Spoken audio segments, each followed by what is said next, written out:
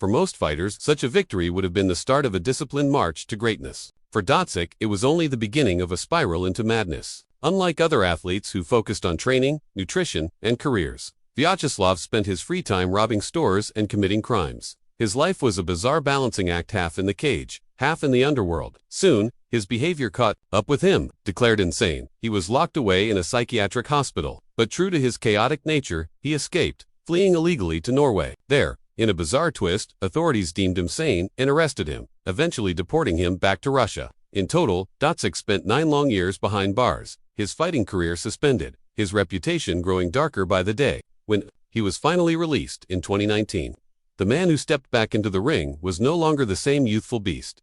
Prison had aged him, and his body looked heavier, less imposing. Yet the fire still burned in his fists.